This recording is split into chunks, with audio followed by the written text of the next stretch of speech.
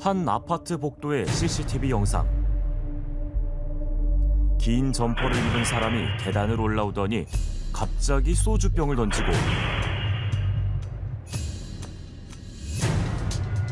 현관문을 사정없이 발로 찹니다. 층간소음 피해를 주장하던 이웃 주민의 보복.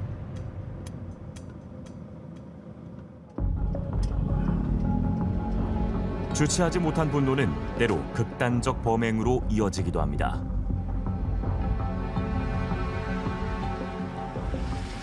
지난달 2일, 이 빌라에 살던 50대 여성이 살해됐습니다.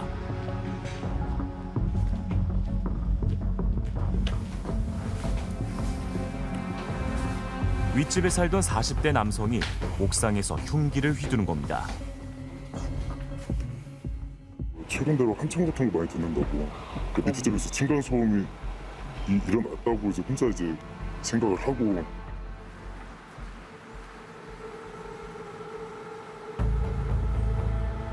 올해 초 경남 사천의 한 빌라에서도 이웃 간 살인 사건이 벌어졌습니다. 소음에 불만을 품은 50대 남성이 위층 주민을 살해한 겁니다.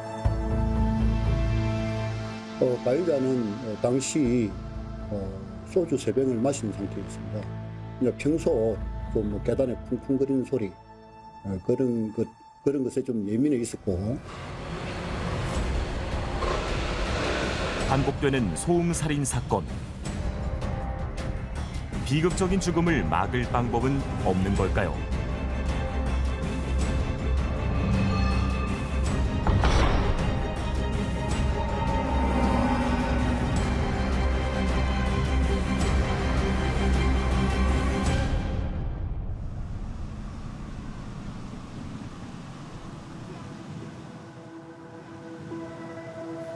저는 정혜용이라고 부릅니다.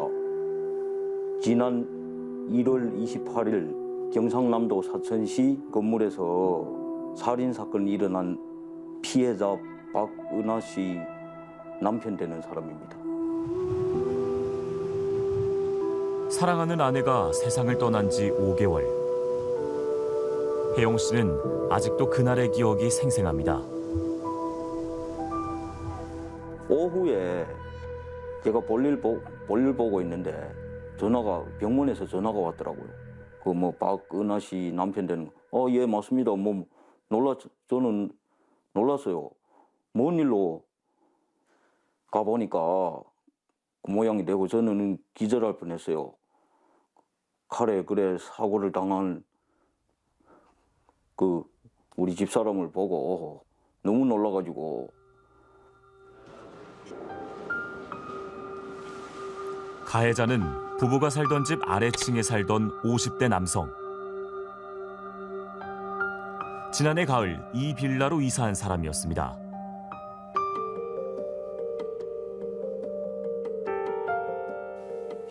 건설 현장 일을 하다 보니까 아침에 좀 일찍 나갑니다. 안전화를 신고 성인이 계단을 밟고 내려가 하면 소리가 나기 마련 아닙니까? 그래서 한번 그러더라고요. 아니, 계단을 소리 안 나게 다니라고. 웬만하면 조용히 다닐게요. 그랬다고요. 하지만 아래층 남성의 항의는 계속됐습니다. 한 번은 차키를 집에 두고 까먹고 안 챙겨가지고 차키 가지러 올라갔다 내려왔다 이래 했다고요. 근데 갑자기 문을 열고 문이 뚜렁거려가지고 왜 이래 왔다 갔다 하는데 하면서 소리를 지르더라고요. 예 죄송합니다. 제가 차키를 이래 보이면서 과외를 하는 식으로 얘기를 하니까 또 할 말이 없으니까 문을 쾅 닫고 들어가더라고요. 그러네 속으로 이 사람 이상하다. 이웃과 싸우며 지낼 순 없으니 조심하자고 다짐했던 부부.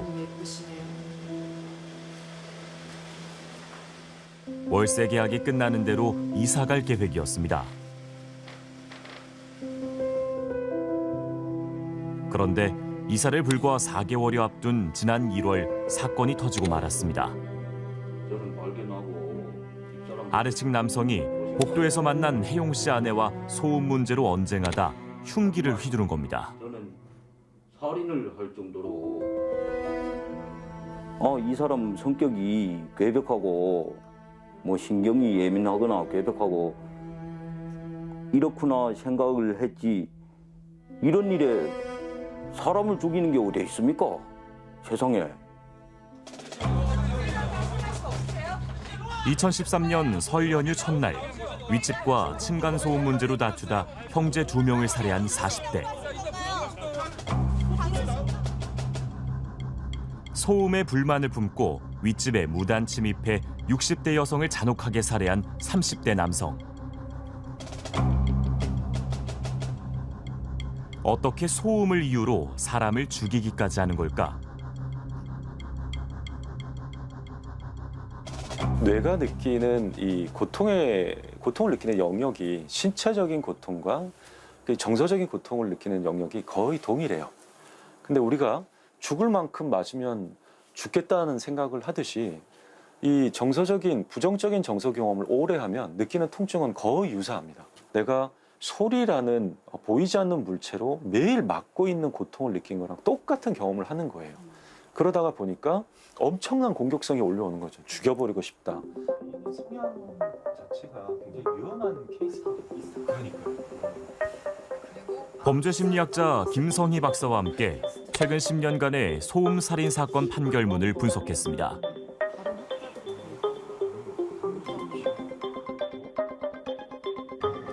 (2014년) 이후 살인, 살인미수 등 사람을 죽일 의도로 자행된 범행은 모두 55건. 그 결과 22명이 목숨을 잃었습니다.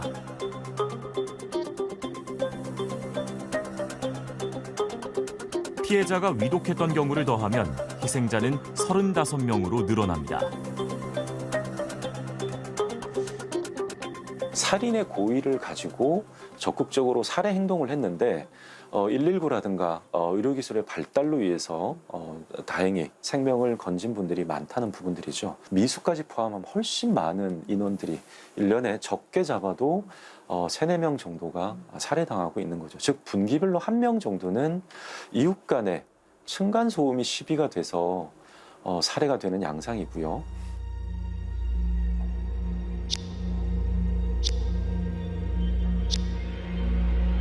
한 가족이 메신저에서 나눈 대화입니다.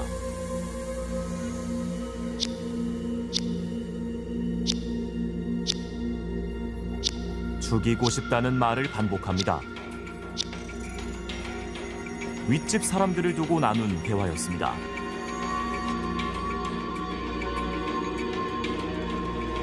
소리가 나는 바로 이제 달력에 체크해놓자. 이들의 위층에 사는 강모 씨 가족. 뭐 이렇게 천장을 쳤다. 버스로 빠르게 아랫집에서 소음을 이유로 손해배상 소송을 당했고 그 재판 과정에서 대화 내용을 접하게 됐습니다. 항의를 여러 번 받긴 했지만 자신들을 죽이고 싶다는 대화 내용은 충격 그 자체였습니다. 제가 그걸 보고 나서 계속 잠을 못 잤거든요. 진짜 또 그러니까 계속 보게 되고 애들한테 이제 해코지 할까 봐 그것도 생각이 문득문득 나는 거예요. 만약에 우리 애가 할머니랑 이렇게 하고 있는데 때리면 어떡하나? 뭘 쑤시면 어떡하나? 혼자 이제 계속 그런 이상한 나쁜 생각을 하게 되니까 마음이 힘들었죠. 죽이고 싶다는 생각이 들 정도의 심각한 소음이 있었던 걸까? 최근 1심 법원은 윗집이 참을 수 없는 수준의 생활소음을 냈다고 보기 부족하다며 아랫집 패소 판결을 내렸습니다. 소음의 크기가 문제는 아니었다는 겁니다.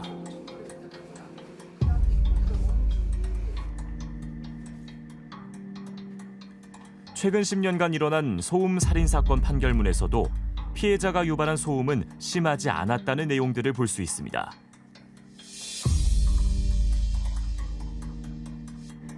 소음이라는 것은 주관성이거든요. 침에 살짝 찔려서 굉장히 고통을 느끼는 분이 있는 반면에 콕 찔려도 나 이 정도는 참을 수 있는 사람이 있습니다. 이 소음도 그렇다라는 거죠. 위층에서 작은 소리만 나도 벌써 귀가 터져버렸어요.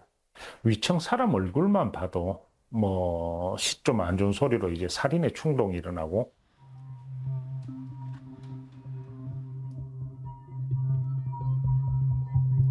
현관문을 마구 걷어차더니 황급히 사라집니다. 보름 뒤 같은 장소, 한 남성이 강아지를 안고 집 안으로 들어갑니다.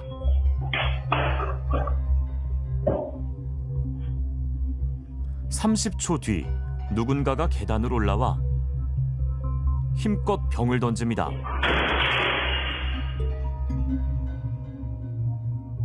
소음 피해를 호소하던 이웃집 남성이 벌인 일이었습니다.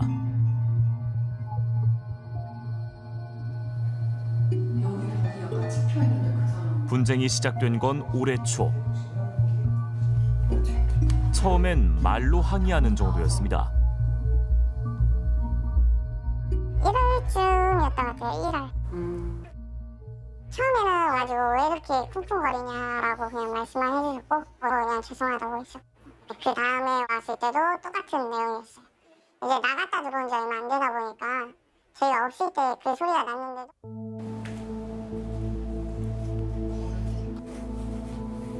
소음 방지용 매트도 깔았지만 항의는 계속됐습니다. 얼마 뒤 이상한 일이 일어나기 시작했습니다. 담배꽁초 안에 버려져 있는 거예요. 택배가 타 있고. 그 다음에 3일인가 또 그런 일이 또 있었어요. 그때 이제 맥주도 붓고.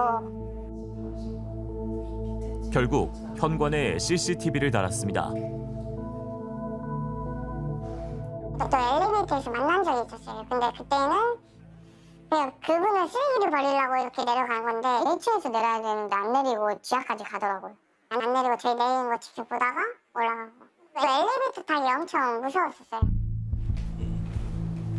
그러던 4월의 어느 날 쉬는 날이었어요. 또 청소를 하고 있었거든요. 근데 갑자기 문이 발로 차는 소리가 나는 거예요. 이 롱패딩을 입고 와가지고 이렇게 발을 차고 있더라고요. 현관문에. 이게 뭔 일인가 싶어가지고 tontonton 떨려고 하더라고요.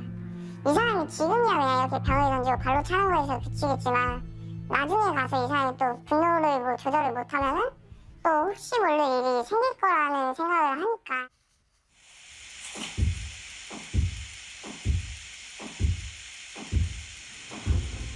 천장을 두드리며 오복성 소음까지 내던 이웃집 남성. 신고를 받고 출동한 경찰에 현행범 체포됐습니다. 결국 스토킹 처벌법 위반 혐의로 입건돼 접근 금지 명령과 벌금 500만 원 처분을 받았습니다. 다행히 스토킹 처벌법으로 조기에 개입하고 가해자 피해자 분리가 됐기에 망정이지 어느 기관에서도 어느 사법기관에서도 개입하지 않았다면 좀 더 위험한 상황으로 갈 수 있지 않을까 생각해 봅니다. 이웃 주민의 물리적 위협은 처음 말로 항의를 한 지 석 달 뒤부터 시작됐습니다. 그렇다면 극단적 범행인 살인 사건의 경우는 어떨까?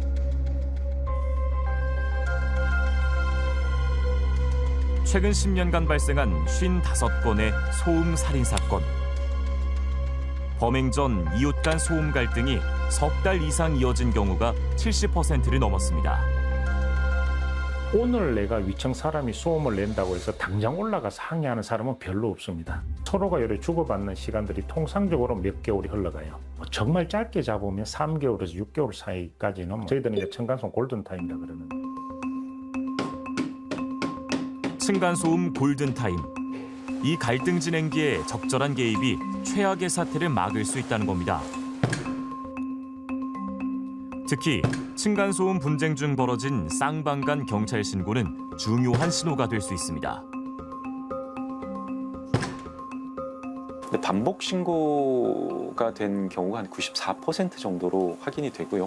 층간소음 신고를 통해 가지고 앞으로 범죄로 나아갈 수 있는 위험성이 높은 건물과 그리고 그런 범죄 위험도를 지니고 있는 대상들이 일정 부분 확인된다는 부분이죠. 그래서 동일 신고가 계속 반복되는 신고자들에 대해서는 코드 분류가 이루어지게 되면 특정 어떤 소음에 대해서 굉장히 민감해서 일반인보다 좀 더 예측이 불가능한 상황을 만들 수 있는 대상자들에 대한 좀 더 예방적 접근이 가능하지 않을까 싶습니다.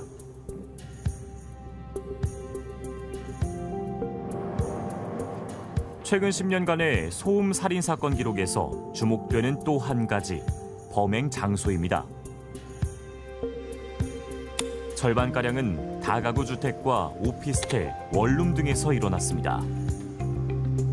층간보다 벽간 소음이 더 문제가 됐습니다. 잠깐만 나와보실래요? 뭐예요? 네.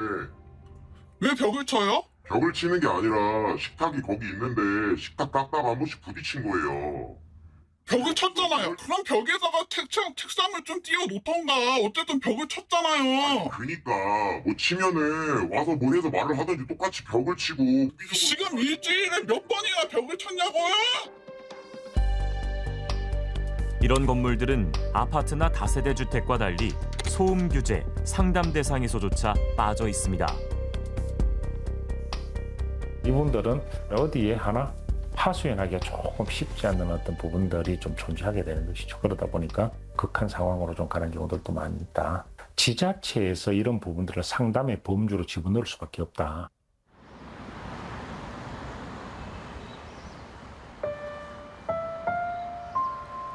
층간소음 살인으로 아내를 잃은 지 5개월.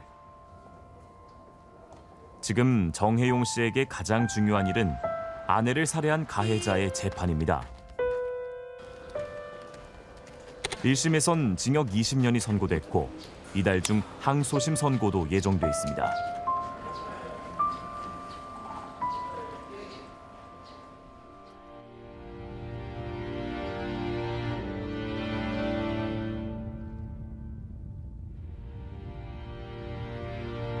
꿈에도 드문드문 보입니다.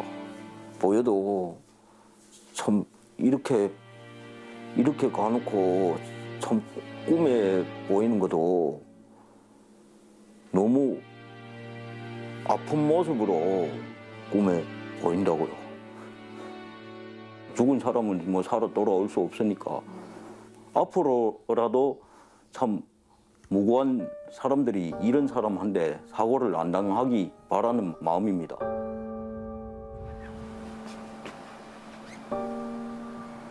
지난 10년간 소음 살인의 목숨을 잃은 사람은 기록된 것만 22명.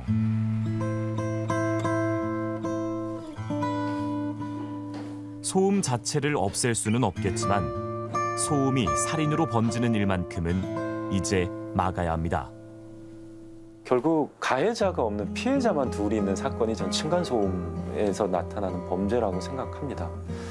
스토킹이라든가 가정폭력과 같이 적극적으로 가해자와 피해자의 분리를 하고 어떤 피해자 신변 보호를 하고 이런 조치들이 있어서 이제 그런 범죄들이 강력범죄로 나아가는 것들이 예방될 수 있듯이 경찰이나 아니면 중앙정부의 조기 개입이 얼마나 필요한지에 대해서 우리가 충분히 고민해 볼 수 있는 시점이라고 생각합니다.